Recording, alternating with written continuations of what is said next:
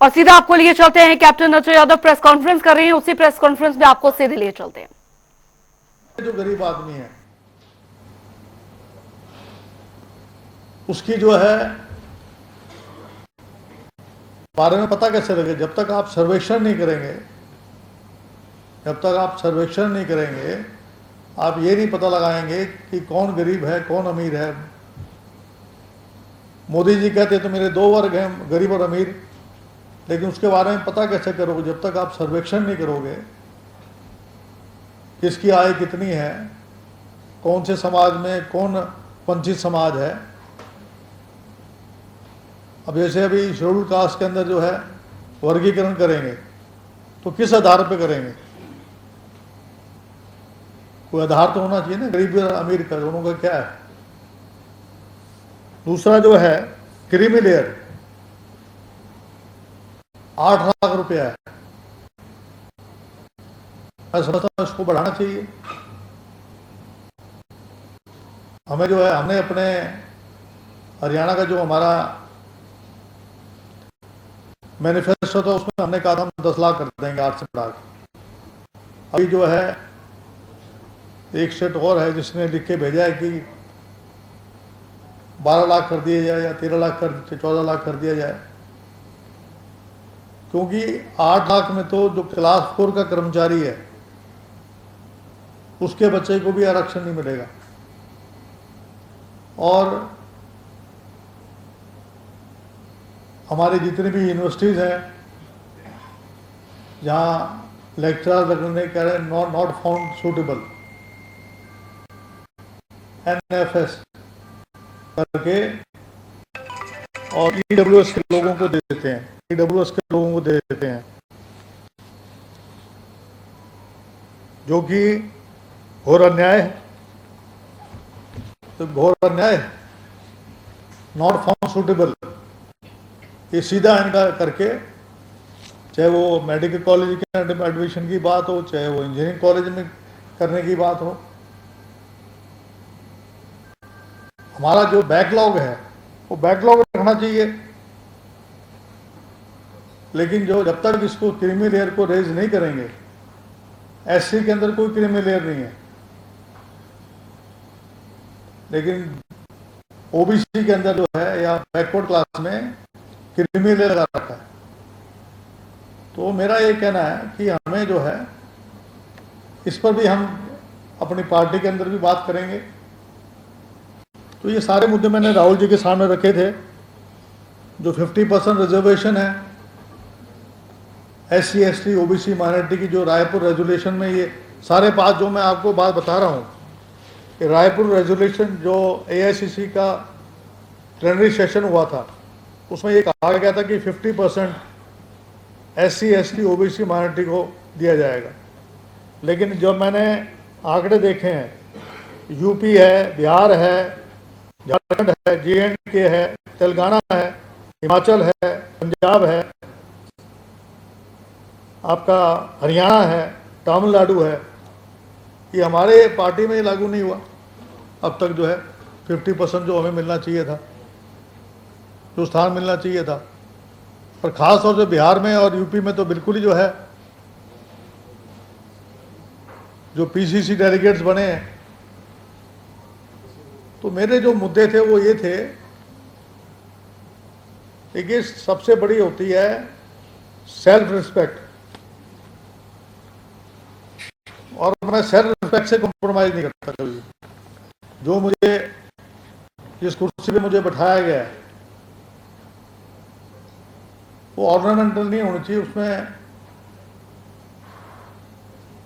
कोई विवाद की बात भी नहीं है, लेकिन अपनी बात तो रखनी चाहिए और ठोक के रखेंगे आगे भी, और जब तक मैं इस कुर्सी पे बैठा हूं।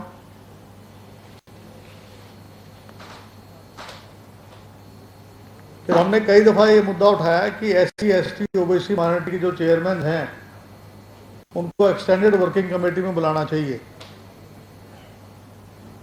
भाई अगर आप चाहते हैं कि उनकी आवाज़ जो है वर्किंग कमेटी में पहुंचे, ये बात तो होनी चाहिए ना,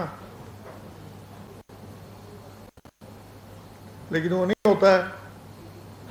CLP लीडर जो है और पीसीसी प्रेसिडेंट चले जाते हैं।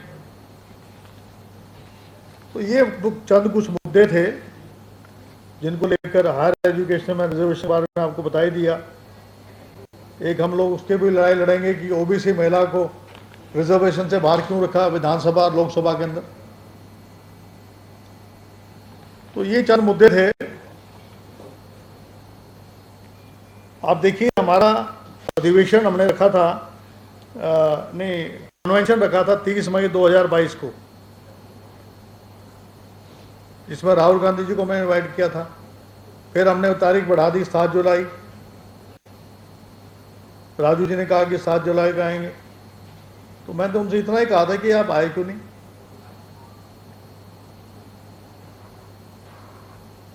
तो मेरा एक कहने का मकसद ये है, फिर रेवाड़ी के अंदर जो है पता नहीं कौन सी शक्तियां हैं, 1 या 2 अक्टूबर को ये कहा गया कि रोड शो होगा राहुल गांधी जी का रेवाड़ी में, और फिर वो नहीं होता है, हम अनाउंस कर देते हैं हो रहा है। तो ये जो माइक्रो मैनेजमेंट का काम था हरियाणा के अंदर, वो नहीं हुआ। बाबरिया जी हमारे जो हैं वो हॉस्पिटल में थे, अब कह रहे हैं कि जी मैं इस्तीफा देने की ऑफर कर रहे हैं। पहले क्यों नहीं किया भाई? जब आप बीमार थे तो पहले एआईसीसी और पीसीसी में जो है प्रॉपर जो है हमारे प्रदेश अध्यक्ष खुद चुनाव लड़ रहे थे। ये बातें मैंने आप लोगों से कहनी थी। अभी मैं महाराष्ट्र और झारखंड के बारे में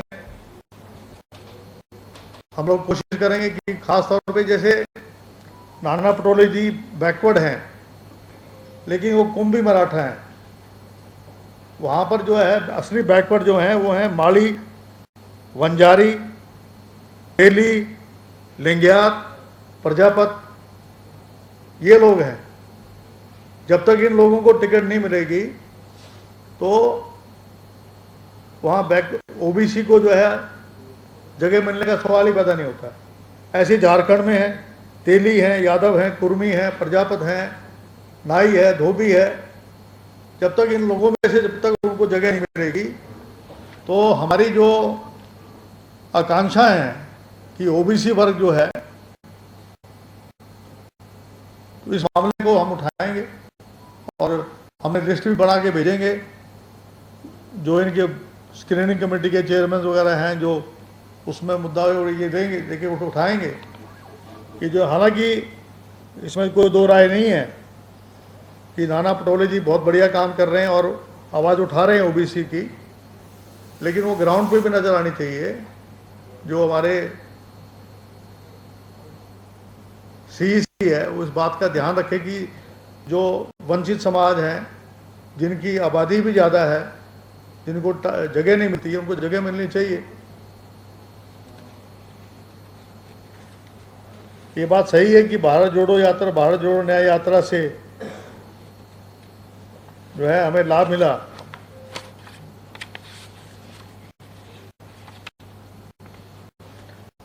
अब आप देखिए हरियाणा के अंदर बीजेपी में भूपेंद्र यादव जो हैं वो है तो एमपी राजस्थान से, लेकिन रहने वाले हरियाणा के हैं, वो सेंट्रल मिनिस्टर हैं। राव इंद्रजीत सिंह जी वो सेंट्रल मिनिस्टर ओबीसी के हैं। कृष्ण पाल गुर्जर वो ओबीसी से हैं, वो मिनिस्टर हैं। सुधा यादव सेंट्रल इलेक्शन कमेटी के मेंबर है। मनोहर खट्टर पंजाबी बिरादरी को रिप्रेजेंट करते हैं। मोहनलाल बडोली जो उनके जो पीसीसी अध्यक्ष हैं वो ब्राह्मण समाज को करते हैं। और हमारे यहाँ कौन है? दीपेंद्र जी हैं, वो जाट हैं। रणदीप जी वो जाट हैं। शैलजा जी शेड्यूल्ड कास्ट हैं। उदयभान जी शेड्यूल्ड कास्ट हैं। भूपेंद्र हुड्डा जी जो हैं वो जाट हैं। तो बाकी वैश्य, ब्राह्मण, ओबीसी, एसटी, ओबीसी माइनॉरिटी, उनकी भागीदारी, जब तक ये जो नैरेटिव है इन्होंने जाट नॉन जाट का इसलिए बनाया, इसको देखते हुए बनाया। तो मेरे जो कंसर्न थे वो हमने वहां रखे और आगे भी रखते रहेंगे। अब आप देखिए टोटल जो है महेंद्रगढ़, रेवाड़ी, गुड़गांव, फरीदाबाद, पलवल, ये सारी नॉन जाट बेल्ट है। यहाँ 19 एमएलए हैं हमारे बनते हैं, केवल हमारा एक एमएलए बना, वो भी महेंद्रगढ़ से, बाकी सवा चट मैदान हो गया।